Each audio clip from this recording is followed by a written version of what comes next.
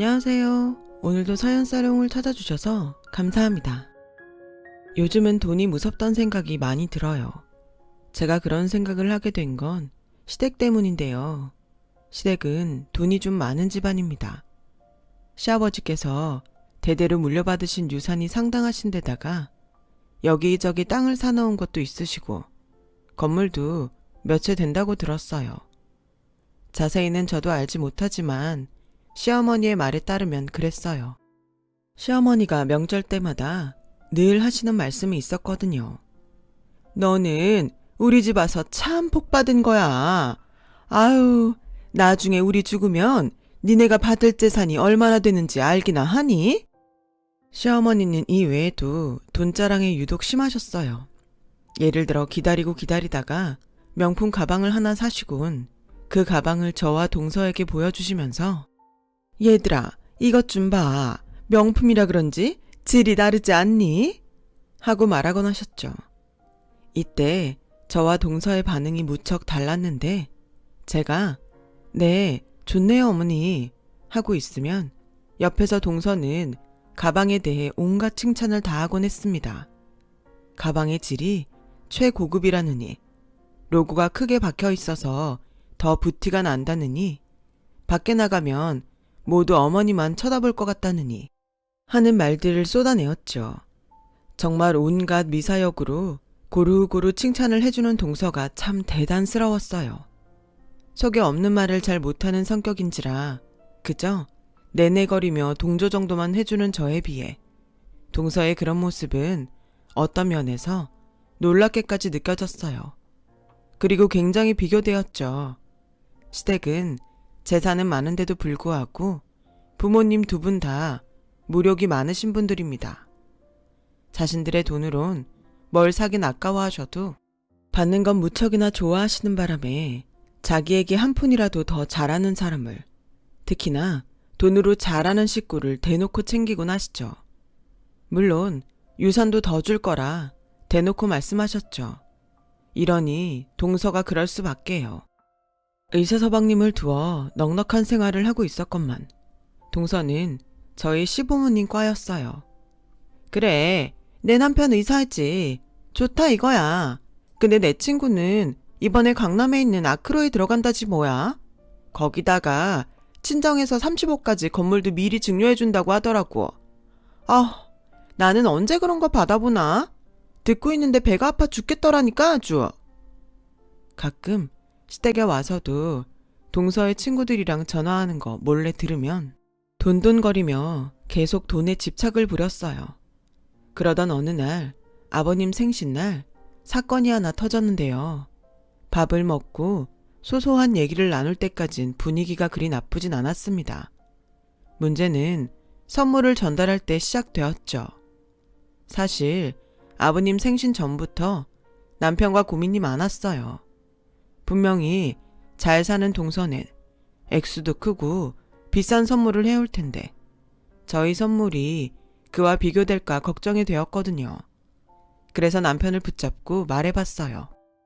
여보, 이번엔 분명 동서가 명품을 해줄 것 같은데 우리 좀 무리를 하더라도 가격대가 있는 선물을 좀 해드리는 게 어때? 그동안 선물 제대로 못 해드렸으니까 이번에 한번 해드리면 말이 안 나올 것 같아서. 남편이나 저나 중소기업 월급쟁이들이라 생활하기 빠듯했지만 제 설득에 남편도 이번만큼은 돈을 넉넉히 쓰자고 했고 무엇을 할까 고민하다가 꽤 비싼 공진단을 사다 드렸어요. 받으시자마자 역시나 시아버지의 눈이 휘둥그레졌어요. 니네가 웬일이냐? 재석이 너도 결혼하고 나서 부모한테 돈 아끼더니 이번엔 좀 쓰기로 한 거냐? 진지게 이럴 것이지. 예전부터 그랬으면 좀 좋아. 암튼 잘 먹으마. 네. 그냥 고맙다고 말하면 될걸. 꼭 무언가 말을 덧붙여 기분을 상하게 하긴 하셨지만 어쨌든 좋아라 하시니 다행이라 생각했어요.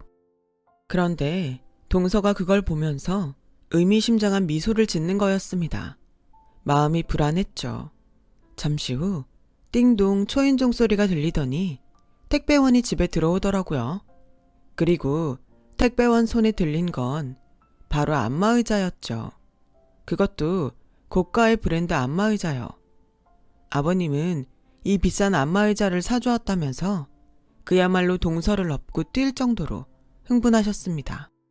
세상에, 이게 무슨 안마의자니? 엄청 고가의 제품 아니야? 브랜드 보니 몇백을 기본으로 줬어야 할 건데. 아니, 내가 이런 선물을 받게 될 줄이야. 어쩐지. 그래서 내가 어제 똥꿈을 꿨구나. 돈 들어오는 꿈이었는데 다 이유가 있었어. 며느라, 아들아, 고맙구나, 고마워. 아니에요, 어머님, 아버님. 저번에 몸 여기저기 쑤신다고 하셨잖아요. 저희가 자식 낸돌이로 당연히 이 정도는 해드려야죠. 저와 남편은 그야말로 너무나 민망해졌어요. 심지어 안마 의자에 치여 공진단 박스는 저 멀리 날아가 버린 지 오래였어요. 순식간에 남편도 저도 얼굴이 붉어져 서로의 얼굴만 쳐다보고 있었는데 그때 동서가 한마디를 얻는 거였습니다. 아우, 형님 어떡해요. 저희가 이런 선물을 해서. 그러니 좀 고급스러운 선물을 들고 오시지 그러셨어요. 신경 쓴 게 너무 티가 안 나잖아요. 뭐라고, 동서? 예, 솔직히 제 말이 뭐 틀린 게 있어. 니네가 지금까지 우리 생일날 뭐 해준 게 있었니? 매번 쓸데없는 걸 선물이랍시고 사와가지고 와선 내가 생일이니까 참고 넘어간 거다. 어머니, 어쩜 말씀을 그리 섭섭하게 하실 수 있으세요. 동선이야 이미 넉넉한 형편이고 저흰 그에 비해 없는 형편인데 당연히 선물의 가격대도 달라질 수밖에 없죠.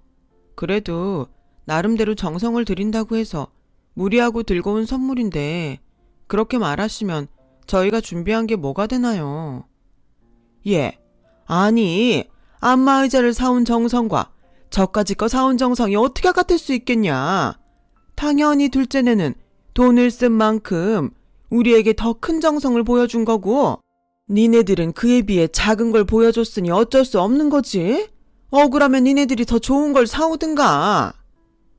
정말 기가 막히고 어이가 없었죠. 가격이 다르다고 정성이 다르다는 그 말에 할 말이 없었습니다. 저와 남편은 더 이상 여기 있을 필요성을 느끼지 못하고 집 밖으로 나가버렸어요. 남편의 얼굴도 말이 아니었어요. 실제로 남편은 이 일로 마음이 상했는지 시부모님께 따로 연락을 드리지 않았죠. 그런데 시어머님께서 찔렸는지 어느 날 제게 연락을 걸어오더군요.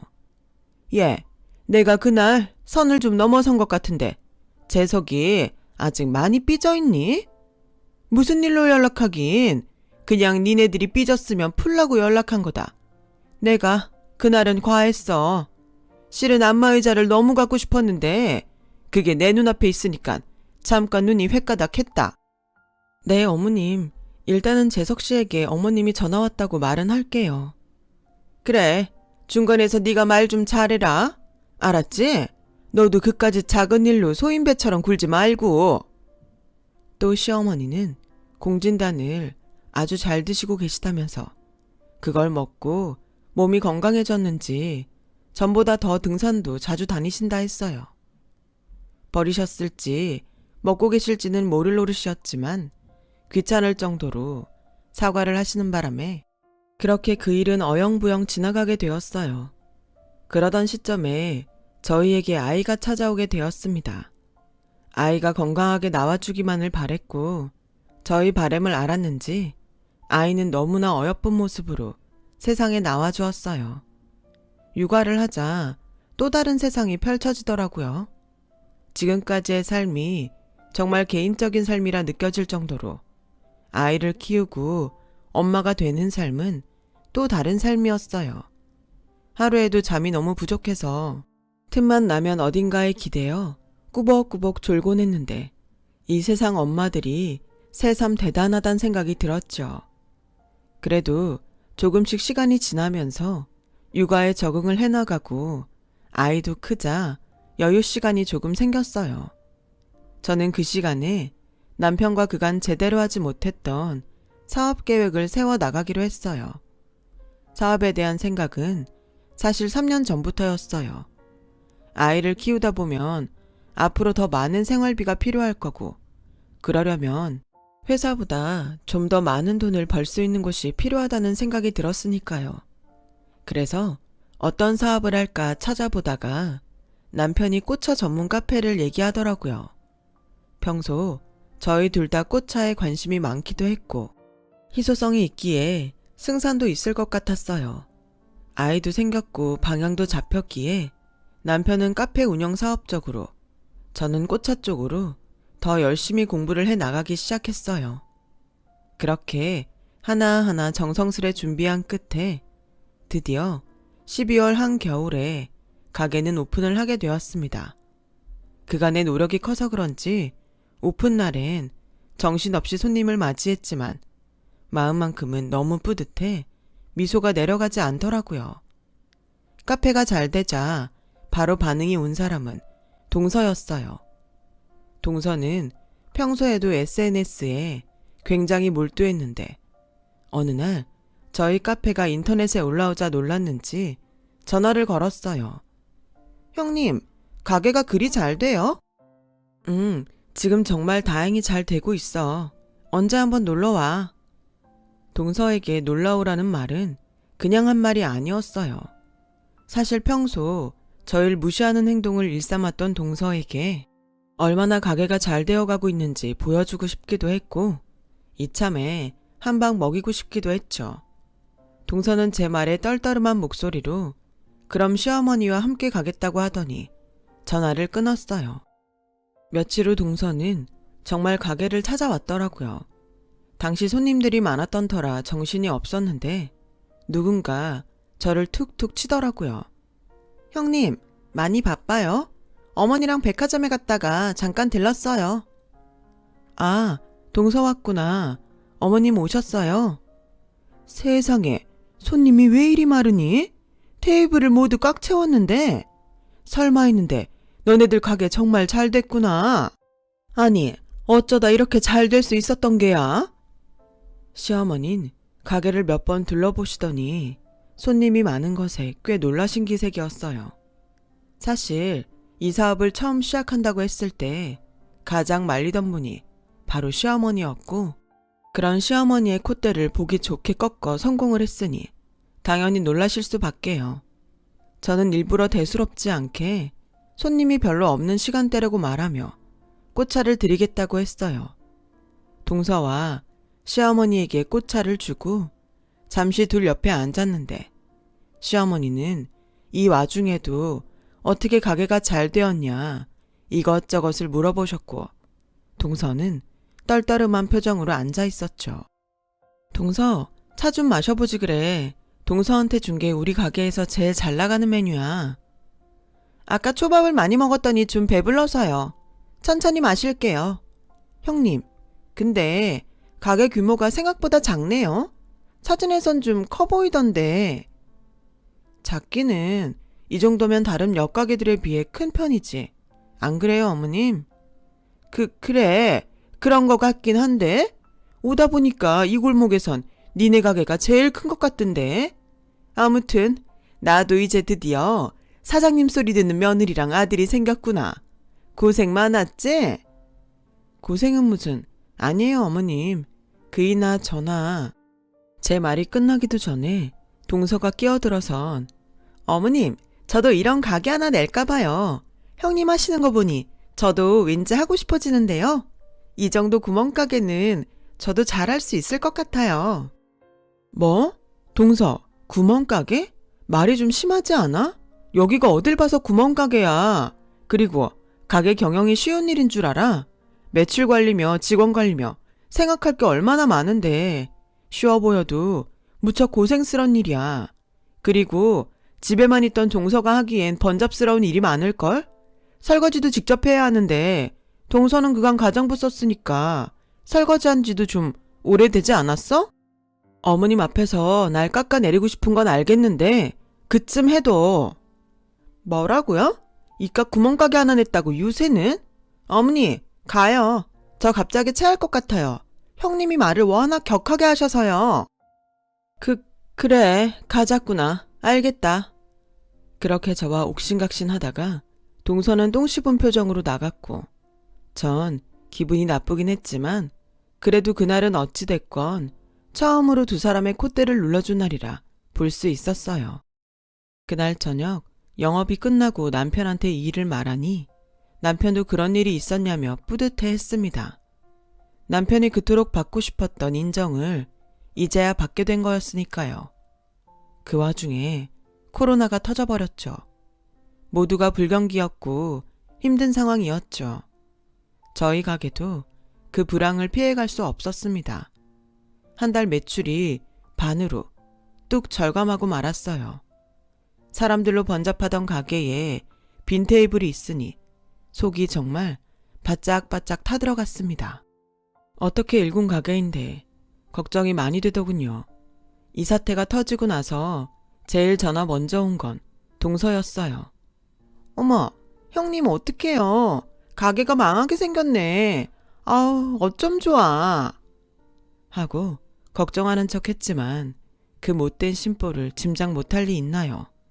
너무 괘씸해 말도 없이 전화를 끊어버렸죠. 가게는 예전보다 형편이 좀 안 좋아지고 있었지만 여지없이 시어머니 생신은 다가왔어요. 이 불경기에도 선물은 꼭 받으셔야겠는지 시어머니는 잔뜩 기대하는 눈치셨죠. 저희가 오기 며칠 전부터 전화해서 은근슬쩍 갖고 싶은 선물을 제시하셨으니까요. 짠! 어머니, 명품 스카프예요. 어머니 이거 한정판이라서 사고 싶으셨죠? 아우, 역시 우리 애기가 이런 걸 또 다 준비했구나. 기특도 해라. 정성이 아주 기특하네. 아니, 잠깐만. 니넨 설마 이거 준비한 거니? 휴, 아무리 그래도 그렇지 시애미 생일에 돈 50만 원이 뭐니? 이런 거 줄 바엔 차라리 안 주는 게 낫겠네. 받아도 기분이 영 찝찝하다 얘. 시어머니는 저런 말로 저희에게 온갖 구박을 대놓고 하셨어요. 정말 시댁에 온 지 10분 만에 도로 집으로 가고 싶더라고요. 하지만 참을 인자를 미친 듯이 새기며 그 분위기 속에서 식사까지 하게 되었어요. 식사 후 설거지도 동서가 허리가 아프다고 하는 바람에 제가 해야 했어요. 그런데 설거지를 하던 와중 거실 쪽에서 동서의 비명소리가 들려왔습니다. 아! 당장 안 떼! 그거 떼란 말이야! 뒤이어 저희 딸 울음소리까지 들려서 깜짝 놀라 거실로 나갔는데 딸아이가 한복판에 나덩그라져 있더라고요. 스카프 한쪽이 젖어 있는 게 눈에 띄었어요. 아마도 저희 딸아이가 그 스카프가 신기했는지 만지작거리다가 입에 넣었나 봐요.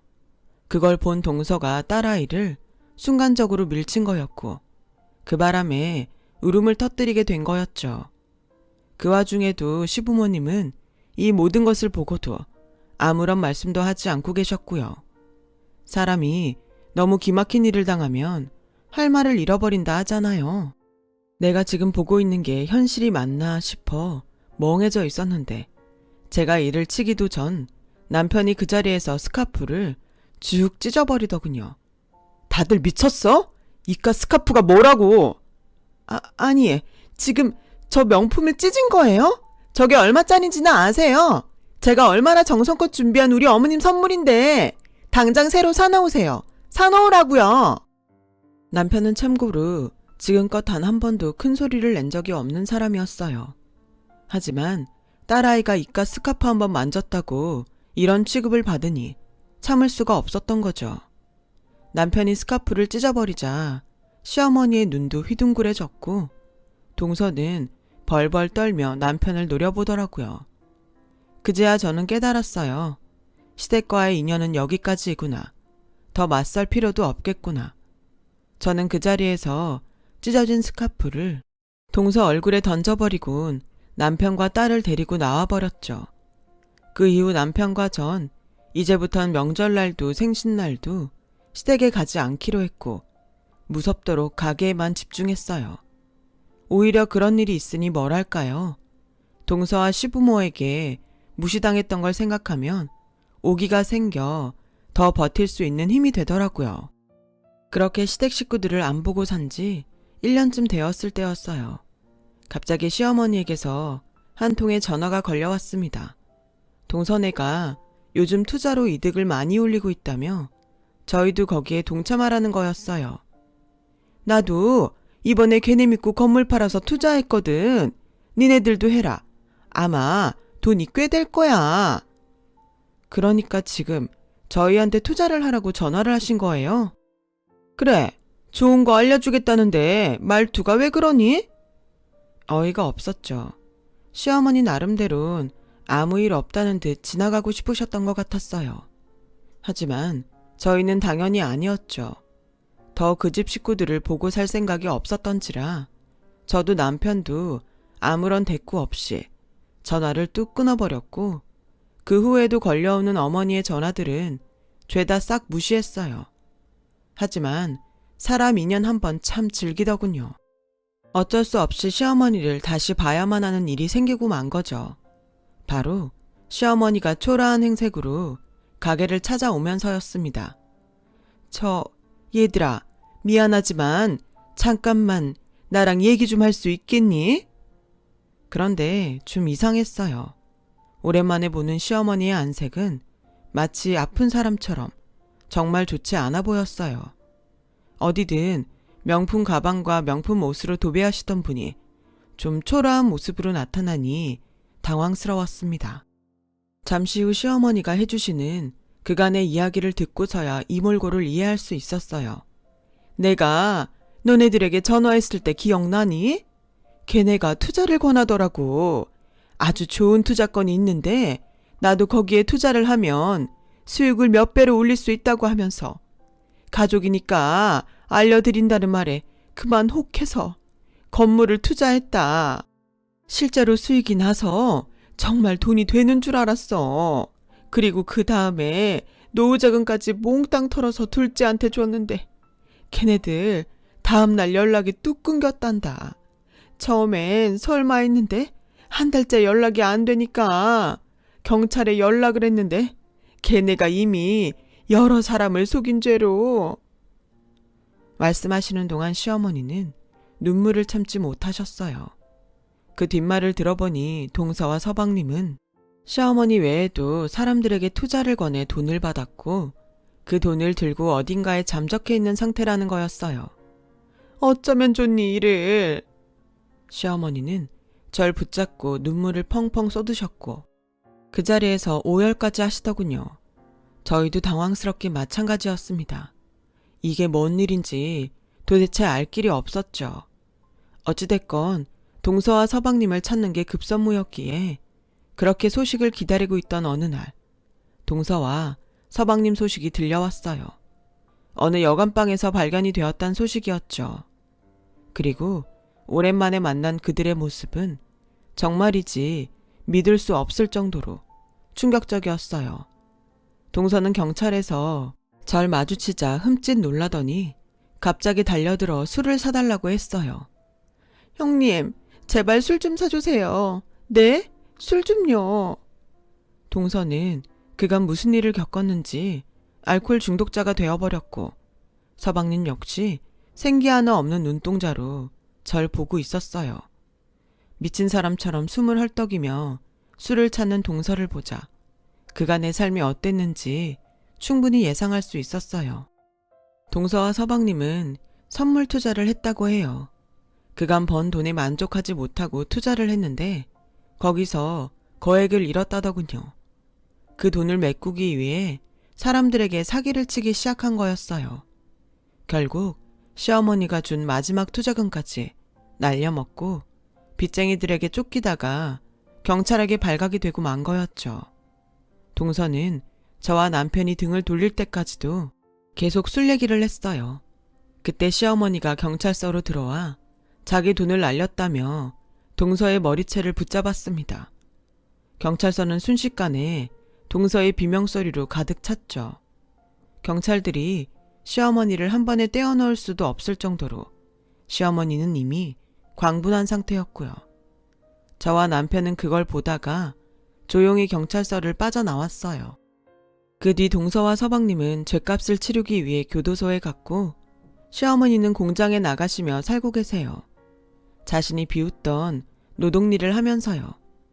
이런 일을 겪으니 참, 사람 인생 한 치 앞도 모르는 거란 생각이 듭니다. 떵떵거리며 잘 살 줄 알았던 동서와 시어머니 둘 다 인생의 바닥으로 떨어져 그렇게 되어버렸으니까요. 요즘 저희는 꽃차 가게를 운영하며 열심히 살고 있어요. 모두가 힘든 때이긴 하지만 예전보다는 활기를 찾았습니다. 더 나아지겠죠. 저희가 가진 것에 감사하면서 오늘 하루도 잘 살아나가 보려고 하고 있어요. 내일이 오늘보다 분명 더 나은 삶이라는 믿음 잃지 마시고 같이 잘 견뎌내어 봅시다. 쓰다 보니 이야기가 길어졌네요. 지금까지 긴 사연 들어주셔서 감사하고 여러분들의 앞날엔 꽃길만이 가득하길 바라겠습니다. 여러분, 사연 댓글에 응원과 현명한 조언 부탁드려요. 좋아요와 구독은 저에게 큰 힘이 됩니다. 오늘도 좋은 일 가득하세요.